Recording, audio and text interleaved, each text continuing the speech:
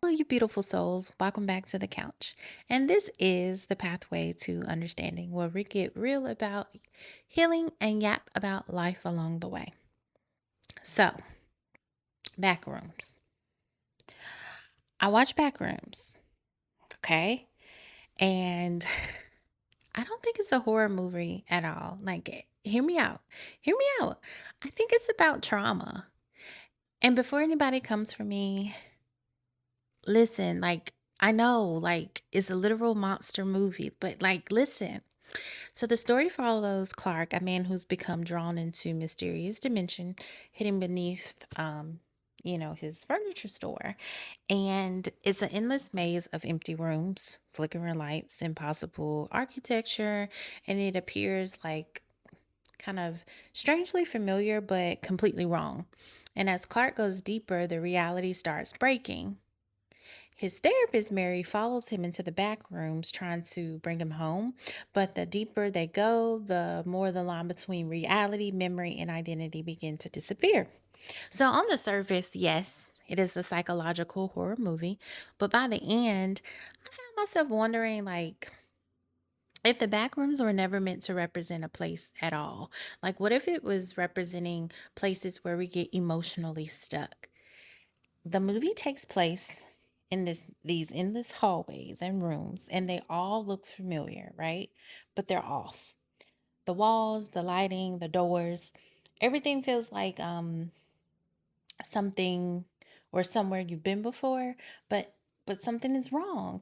And so I was just sitting there thinking, this is exactly what trauma can feel like. Not because you're literally walking through endless hallways, but because emotionally you can spend years walking through the same experiences, whether that be a different job, it's the same anxiety, a different relationship, the same abandonment wound, different friendship, same fear of rejection, different conflict, same shutdown. The scenery changes, but somehow you keep ending up in the same emotional room. And it hit me because maybe the back rooms aren't a place. Maybe they're the parts of ourselves that we never left. Because trauma doesn't always look like pain.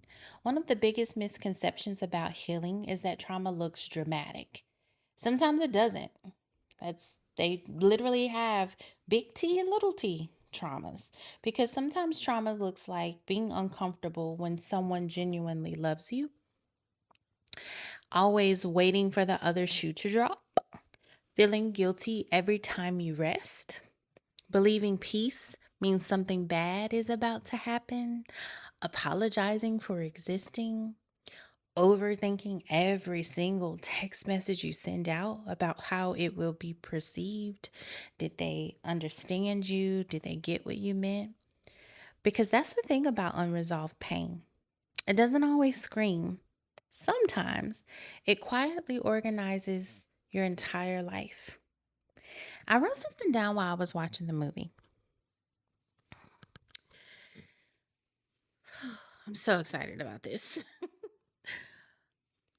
The worst memories become a place you choose to live because they're familiar. The worst memories become a place you choose to live because they're familiar. And not because we enjoy suffering, but because familiarity feels safer than uncertainty. That saying, the devil you know. Our nervous systems are incredibly smart. Their first job isn't to make us happy, it's to keep us alive. So if chaos, criticism, unpredictability were normal growing up, your brain starts to recognize these things as familiar. Not healthy, just familiar. It gets comfortable. So later in life, people actually feel uncomfortable with peace. Calm starts to look suspicious and feel suspicious. Healthy love is boring. Stillness feels unsafe. Not because something is wrong with you, but because your body is saying, I've never been here before, and I don't know if I want to be because the brain is going to do what it always has done, and that's be comfortable. It's not going to want to put out any more extra output because now it's got its system, it's got its routine, and you are breaking it up with all of these things that you're trying to do when you're healing.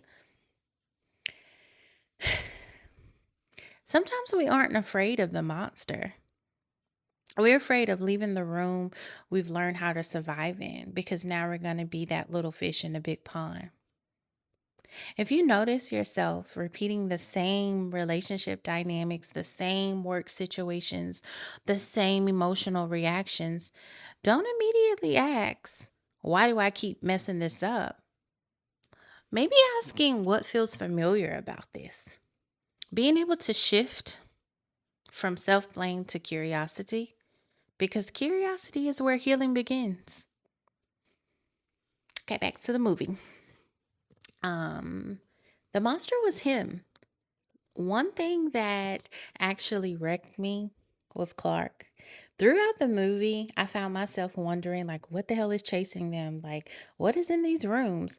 But then I'm slowly realizing it's not separate from him, it is him. Or more accurately, every part of him he refused to face. His shame, his loneliness, his fear, his pain, his brokenness. That's where, you know, you want to be really careful, you know? I'm not saying I'm not saying we're monsters. I'm just saying the parts of ourselves we avoid don't disappear.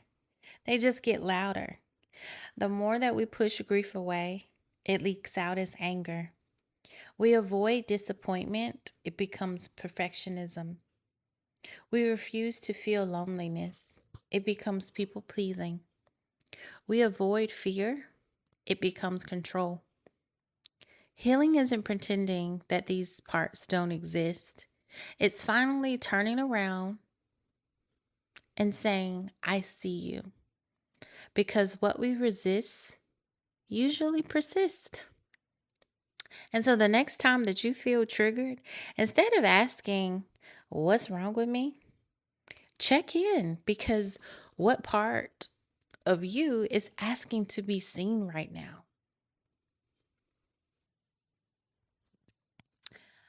I also want to talk about trauma survivors sometimes loving horror because have you ever noticed how many people who've experienced trauma are drawn to horror?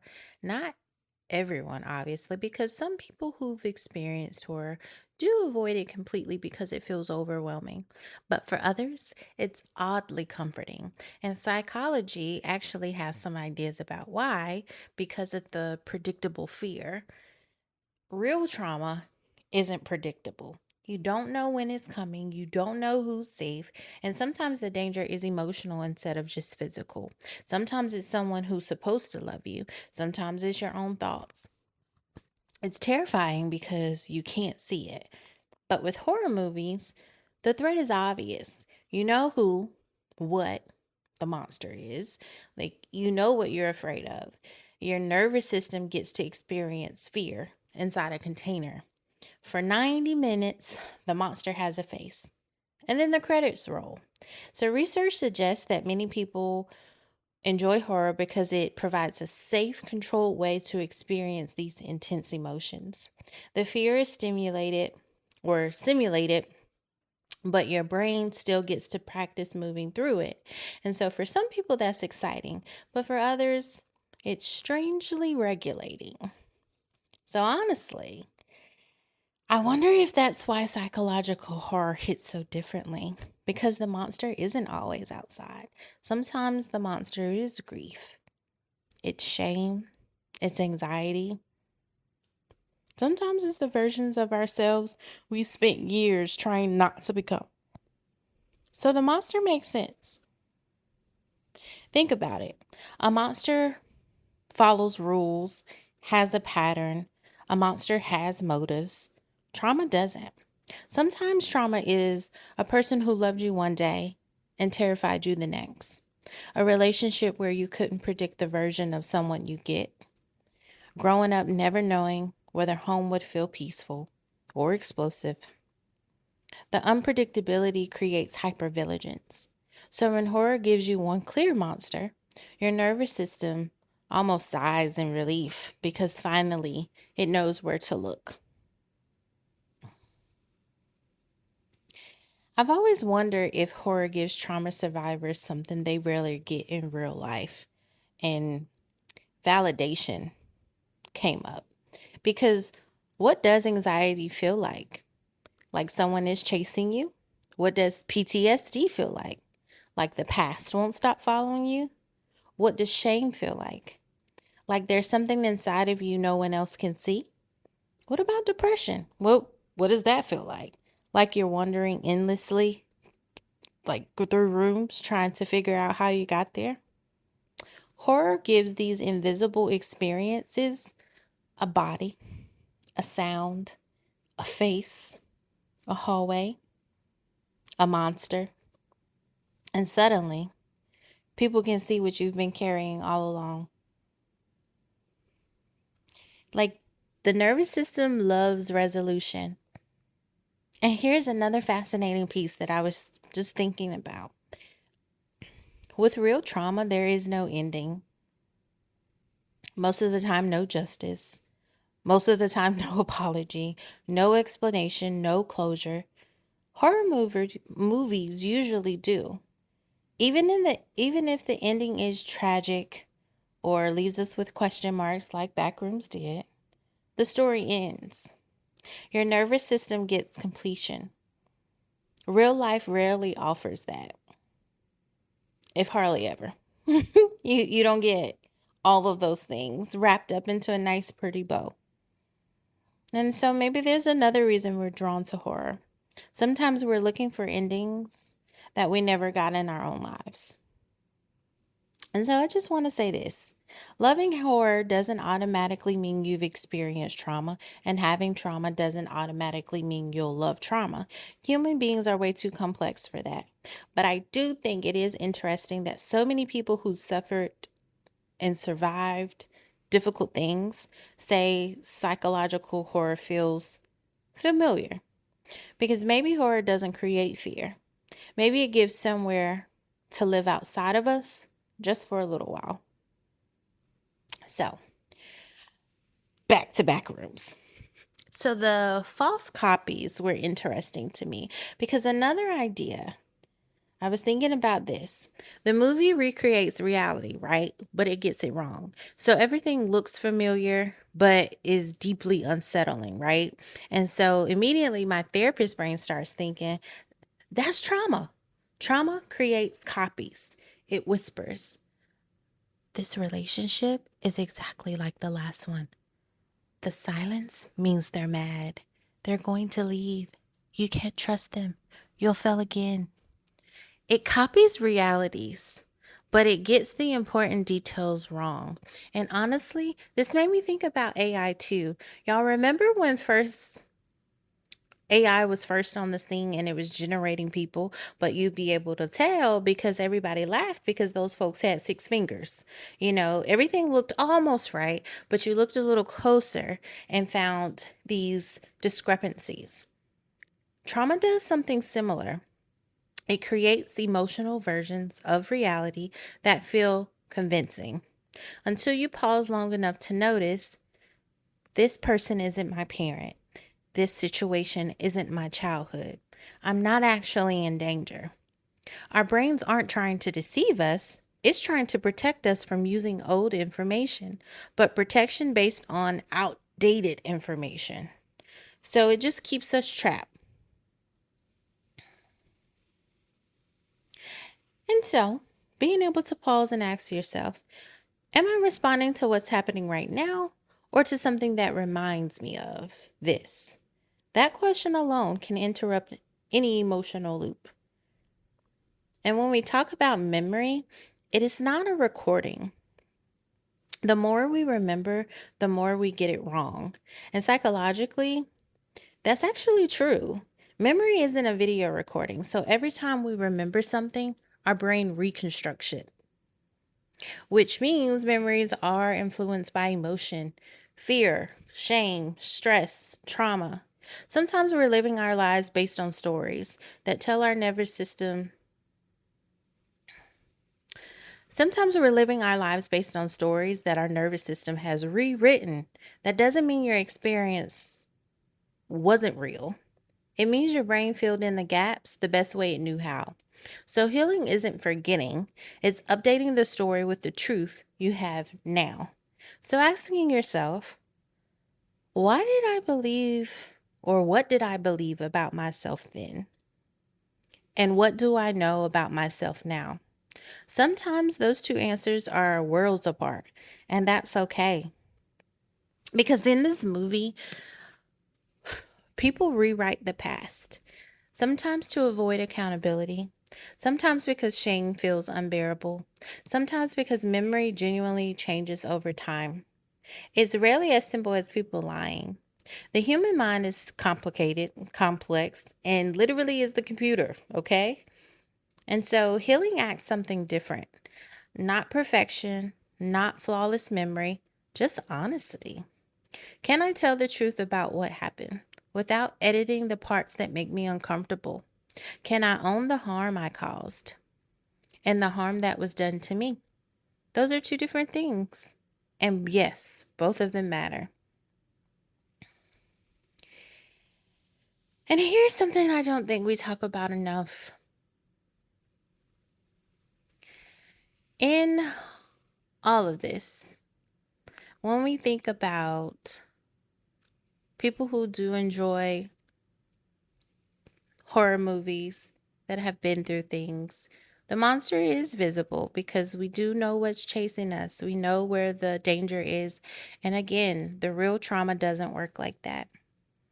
And so being able to check in with the stories that we've been telling ourselves about ourselves for years, because maybe the scariest thing isn't outside the room.